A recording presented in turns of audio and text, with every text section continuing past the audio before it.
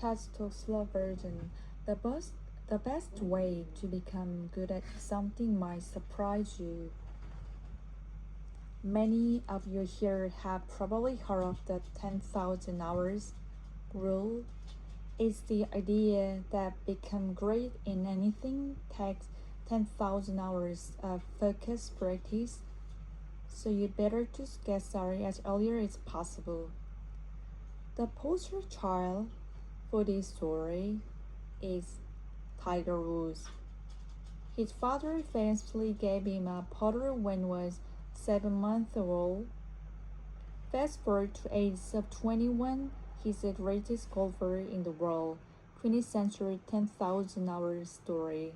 Another is that of the three Pogol sisters whose father decided to teach them chess in a very technical manner for a very early age.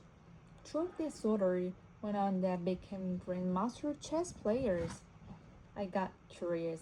If this 10,000 hours rule is correct, then we should see the lead athlete get a head start in so-called deliberate practice. And in fact, when scientists study at least athletes, they see they spend more time in deliberate practice. Not a big surprise. When they actually track athletes over the course of their development, the pattern looks like this. The future leads tend to have what scientists call a sampling period, where they try a variety of physical activities. They gain broad general skills and delay specializing until later than peers but the lower levels. That does really compare with the 10,000 hours rule, does it?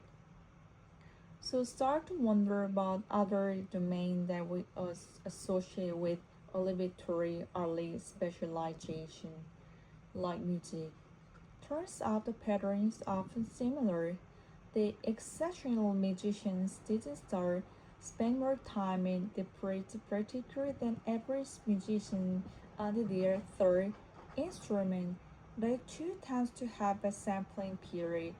Even musicians we think of as famously precocious like Yo-Yo Ma. Though this got me interested in exploring the developmental backgrounds of people whose work I had long admired. Duke Ellington, shown music lessons as a kid focused on baseball and painting and drawing. Maya Mrs. Honey wasn't introduced in methods as girl, rumor becoming novelist, and went on to become the first and so far only woman to win the Fields Medal, the most prestigious prize in the world in math. Vincent van Gogh had 5 different careers before flaming out spectacularly, and in his late 20s published a book called The Guide to ABCs of Drawing. Claude Shannon was an electrical engineer at University of Michigan who took a philosophy course just to fulfill requirements, and in his Lennon the near-century-old system of logic, by which true and false statements could be coded as 1 and 0 and solved like math problems. This led to development of binary code, which underlies all of our digital computers today. Frances Hasselbein took her first professional job at the age of 54 and went on to become CEO of the Girl Scout.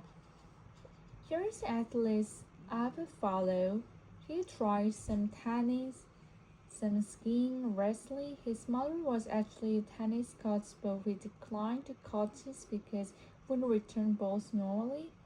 He kept trying more sports: handball, volleyball, soccer, badminton, skateboarding. So, who is this Deborah? This is Roger Federer, every bit as famous as an adult as Tiger Woods, and yet even tennis enthusiasts don't usually know anything about his developmental story. Why is that? I think probably because the Tiger story is very dramatic, but also because it seems like this tidy narrative we can extrapolate to anything that we want to be good at in our own life. But it turns out that in many ways, golf is a uniquely horrible model of almost everything that humans want to learn. Golf is the epitome of the what we call a kind learning environment. Next steps and goals are clear. Rules are clear and never change. When you do something, you get feedback that is quick and accurate. Chess, also kind learning environment. On the other end of the spectrum are wiki learning environments, where next steps and goals may not be clear. Rules may change. You may or may not get feedback when you do something. It may be delayed, it may be inaccurate. Which one of these sounds like the worlds we are increasingly living in? So, if hyper specialization is always the trick in a wicked world, what is? That can be difficult to talk about because sometimes just like meandering or zigzagging or keeping a broader view, it can look like getting behind. But if you look at research on technological innovation, it shows that increasingly the most impactful patterns are authored by teams that including individuals who work across a large number of different technology classes and often merge things from different domains.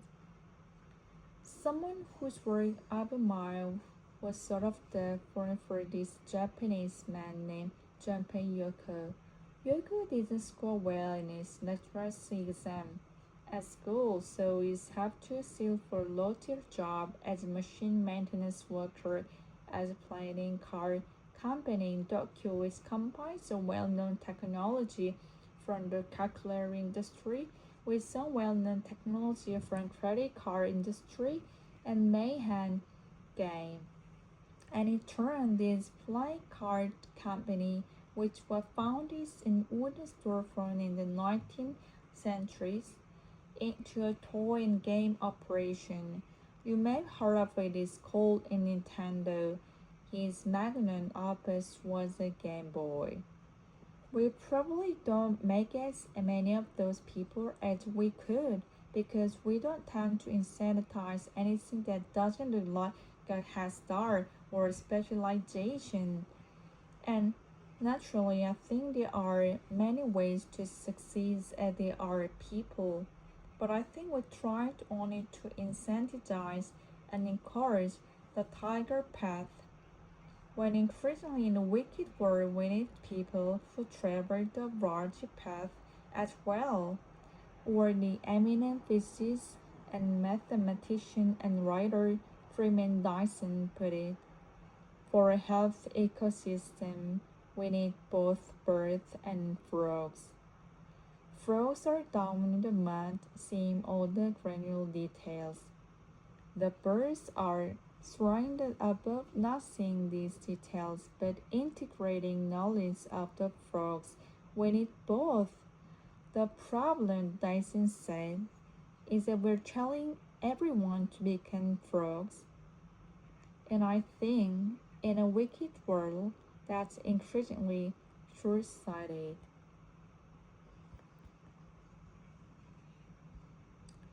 Who work across a large number of different technology classes and often merge things from different domains. Someone whose work I admire was sort of the photographer of this Japanese man named Junpei Yoko. Yoko didn't score well in his electronic exam at school, so he decided to have a low-tier job as a machine maintenance worker playing card company in Tokyo. He combines some well-known technology from the calculator industry with some well-known technology from credit card industry and made handy's game. And he turned this playing card company, which was founded in wooden storefront in the 19th century, into a toy and game operation. You may heard of it. It's called the Nintendo. its magnum opus was the Game Boy. We probably don't make as many of those people as we could because we don't tend to incentivize anything that doesn't look like a head start of specialization.